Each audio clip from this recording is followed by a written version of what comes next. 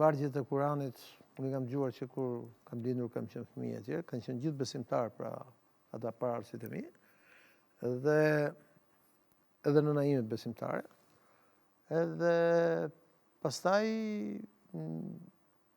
nuk është se ka qenë në çudi, por ajo gjë që ishte për ne çudi ishte që se sa shpejt u impenjua, pra qytetarët, cilët dukeshin deri një ditë më para sigurishin të pashpresë, cilët ju bashkangjitën direkt jetës fetare.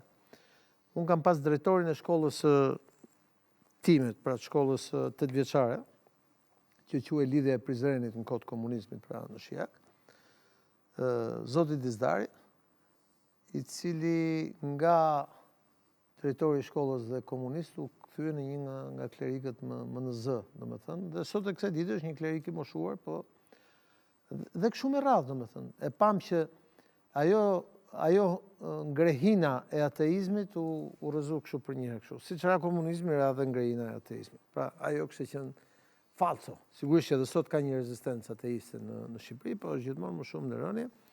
Dhe fakti që sot për shembull ne kemi kreun e komunitetit ortodoks Joan Pelushin, që ne kemi folur këtu që është një personalitet i jashtëzakonshëm në kryet ortodokse. Që kemi tuar për një intervistë me të, do shkojmë. Po do shkojmë të takojmë bashkë. Fakti që në kryet të katolikëve në Tiranë kemi një djalë nga Shqipëria, i cili është rritur, është bërë peshkop i rëndësishëm, pra i emëruar drejt për drejt nga Papa. Fakti që në kryet myftinive tonë kemi gjithë djemë shqiptarë të rritur me familje, të edukuar e tjerë dhe me influencë.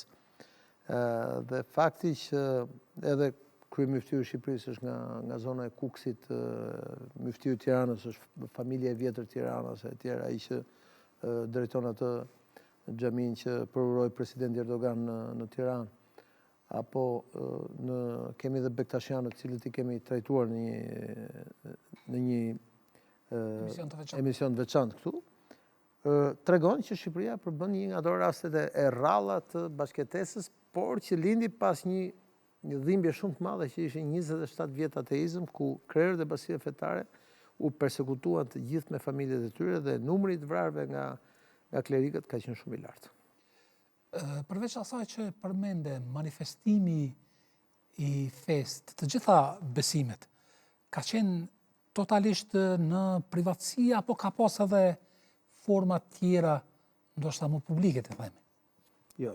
Ki parasysh që në Shqipëri pak e njohim ne në Kosovë. Në Shqipëri ka patur një persekutim të